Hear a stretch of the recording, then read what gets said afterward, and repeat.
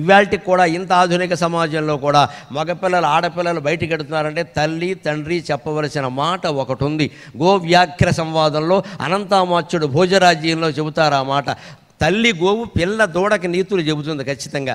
అమ్మ నేను మళ్ళీ నీకు కనిపిస్తానో లేదో అని దానికి తెలుసు, దీనికి తెలియదు. అందుకని దూడకి నీతులు చెబుతుంది ఏమిటంటే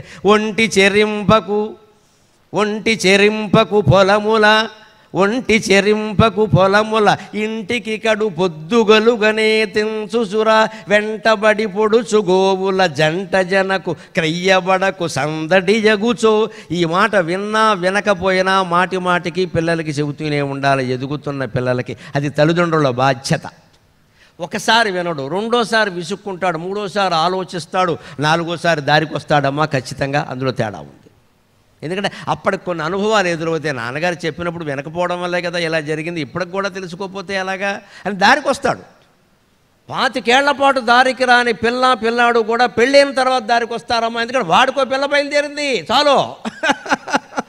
అదే రహస్యం జీవితంలో.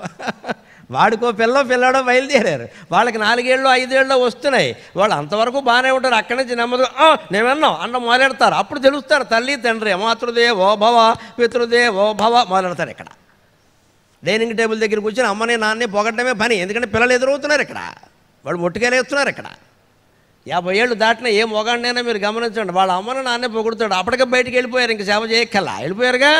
వీడికి 50 అంటే వాళ్ళకి 70 80 దాటిపోయారు.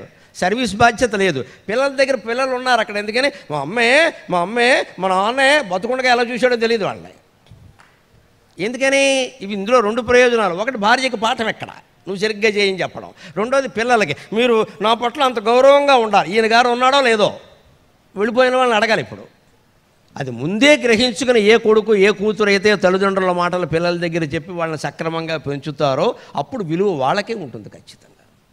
అందుకని పిల్లలకి ఎదుగుతున్న పిల్లలకి బయటికి ఎడుతుంటే చెప్పాల్సింది ఏమిటంటే ఒంటి చెరింపకు పొలములు ఆవు దూడకి చెప్పింది మనుషులు చెప్పకపోతే ఎలాగండి.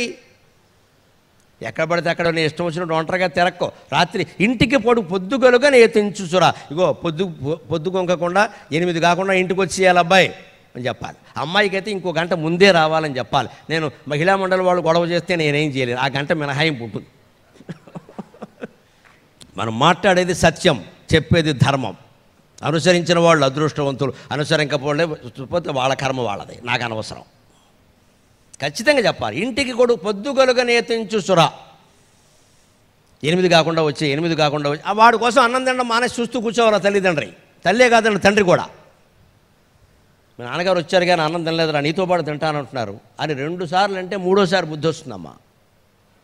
అంత తండ్రి అంత సంపాదిస్తున్నాడు, అంత పేరుంది, నా కోసం అన్నం తినడం మానేసి కూర్చున్నాడు ఎక్కడ అని వాళ్ళు మార్పు వస్తుంది ఖచ్చితంగా.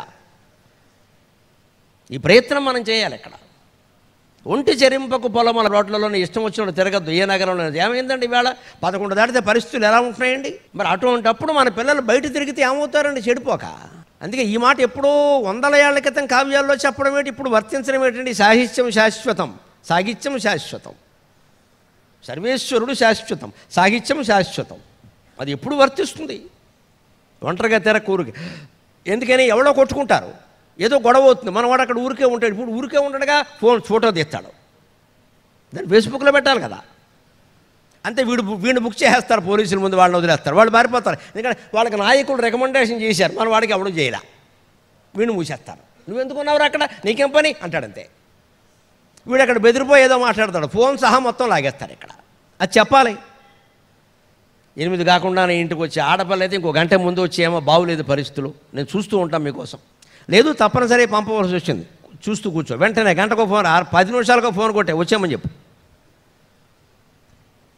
వెంటపడి పొడుచు గోవుల జంట జనకు. కొన్ని గోవులు ఎలా ఉంటాయంటే దూడకు చెబుతోంది, కొన్ని గోవులు కావాలనే పొడుచుకుంటూ ఉంటాయేమో, కొమ్ములతో పొడుచుకుంటూ ఉంటాయి. అటువంటి చోట్ల ఉండకే సరిగ్గా మీరు రోడ్ల మీద చూడండి. కొందరు కొట్టుకోవడమే పని కుర్రాళ్ళకి. ఏం దెబ్బలాట ఎలా వస్తుందా అని చూస్తారు అంతే. దాని గురించి అక్కడ ఏదో టాపిక్ మొదలు పెడతారు, దాని గురించి కొట్టుకుంటారు. ఎక్కడో క్రికెట్ మ్యాచ్ జరుగుతుంది, దాని గురించి ఇక్కడ దెబ్బలాట మొదలెడతారు. ఇక్కడ నీకు ఏం సంబంధం దాంతో? ఆ దెబ్బలాట్లో వీళ్ళుంటే వెంటబడి పొడుచు గోవుల జంట జరిగింది. గోవుల కోసం చెప్పారా, మనుషుల కోసం చెప్పారా? దెబ్బలాడుకుంటూ ఉంటారా రోడ్ల మీద ఖాళీగా ఉండి, కుర్రాళ్ళు పనే ఉండదు, వాళ్ళతో పాటు తిరగనైనా. క్రయ్యబడకు సందడి ఎగుచో. ఎక్కడైనా కొంత ఎక్కువ మంది జనం చేరారనుకో, అందులో నువ్వు జారక. ఎందుకంటే తోపులాటలు తొక్కిసలాటలు జరుగుతాయి. తొక్కిసలాటల్లో మరణించిన వాళ్ళు ఎంతమంది లేరండి. అందుకే ఈ నీతులు పిల్లలకి చెప్పవలసిందే ఖచ్చితంగా.